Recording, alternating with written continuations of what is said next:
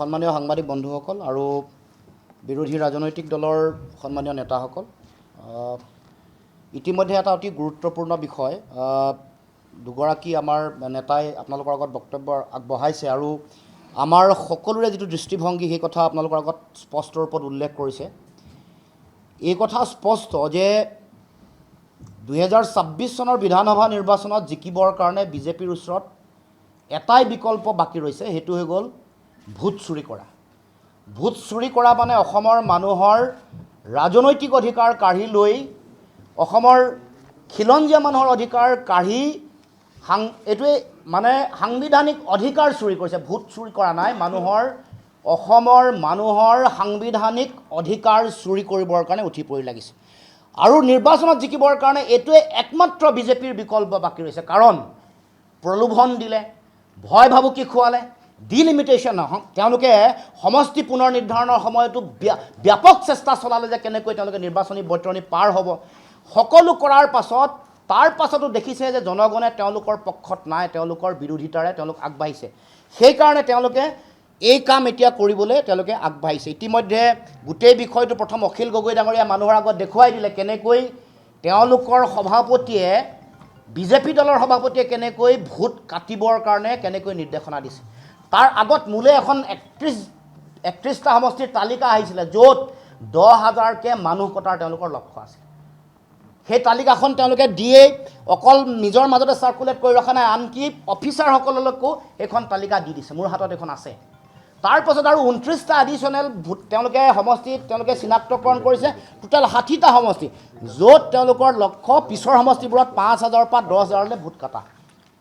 এই যিটো তেওঁলোকৰ মূল লক্ষ্য, এই লক্ষ্যটোৱে হ'ল যাতে তেওঁলোকৰ যিসকল মানুহ তেওঁলোকৰ লগত নাই, তেওঁলোকৰ বিজেপিক অতদিনে ভোট নিদিয়া মানুহবোৰ চিনাক্তকৰণ কৰি তেওঁলোকৰ নাম কাটিব লাগে, এইটো মূল লক্ষ্য। আৰু সেইকাৰণে বকো চমৰীয়া সমষ্টিত যেতিয়া ধৰা পৰিলে, তাত উপায়ুক্তৰ কাৰ্যালয়ত 5গৰাকী বিজেপিৰ কৰ্মকৰ্তাই বহি তেওঁলোকে সমজিলা কাৰ্যালয় এটা, উপায়ুক্তৰ জ্ঞাতহাৰে সমজিলা কাৰ্যালয় এটাক বিজেপিৰ কাৰ্যালয়ৰ দৰে তেওঁলোকে ব্যৱহাৰ কৰিছে। আৰু এই দেৱকুমাৰ মিশ্ৰ বুলি কোৱা যিগৰাকী উপায়ুক্ত, এইগৰাকীৰ বিৰুদ্ধে বহু সময়ত অভিযোগ আহিছে। এটা সময়ততো তেওঁ বিজেপিৰ জিলা সভাপতিগৰাকীক উপায়ুক্তৰ কাৰ্যালয় বাৰ্থডে কৰিবৰ কাৰণে এৰি দিয়াৰো অভিযোগ আহিছে। কাৰণ এই কাম কৰে, তেওঁ হিমন্ত বিশ্ব শৰ্মাৰ অতি বিশ্বস্ত আৰু অখিল গগৈ ডাঙৰীয়া ক'বৰ দৰে তেওঁ আমাৰ হিমন্ত গেঙৰ অন্যতম গুৰুত্বপূৰ্ণ তেওঁ এগৰাকী সদস্য। সেইকাৰণে এই ব্যক্তিসকলে চৰকাৰী যিসকল বিষয়া আছে তেওঁলোককো এনেকৈ হিমন্ত বিশ্ব শৰ্মাৰ চৰকাৰে এই ভোট কটাৰ কামটোত, এই ভোট চুৰি কামটোত তেওঁলোকে ব্যৱহাৰ কৰিবলৈ উঠি পৰি লাগিছে। আমাৰ স্পষ্ট দাবী যে যিসকল মানুহ ইয়াৰ লগত জড়িত, যিসকলে ফল্ছ কমপ্লেইন এনেকৈ দিছে, স্থানান্তৰিত হোৱা বুলি মিছাকৈ, মানুহ মৰা বুলি মিছাকৈ যিসকলে কমপ্লেইন দিছে, সেইসকলৰ ওপৰতো মতো কেছ লৈ তেওঁলোকৰ ওপৰত শাস্তি ব্যৱস্থা গ্ৰহণ কৰিব লাগে। যিসকল অফিচাৰ এই কামটোৰ লগত জড়িত হৈ আছে, চৰকাৰৰ হৈ তেওঁলোকে কাম কাজ কৰি আছে, তেওঁলোকৰ বিৰুদ্ধেও কঠোৰ শাস্তি ব্যৱস্থা গ্ৰহণ কৰিব লাগে। ইলেকশ্যন কমিশ্যনৰ দায়িত্ব আছে যাতে যিসকল বিষয়াই বিজেপিক সহায় সহযোগিতা কৰিবৰ কাৰণে তেওঁলোকে পক্ষ লৈ কামটো কৰি আছে আৰু এই যিটো কামটোক তেওঁলোকে মৌন সমৰ্থন দি আছে, তেওঁলোকৰ বিৰুদ্ধেও কঠোৰ ব্যৱস্থা গ্ৰহণ কৰিব লাগে। আৰু নহ'লে আগন্তুক দিনসমূহত এই নিৰ্বাচনৰ কোনো মূল্য নাথাকিব।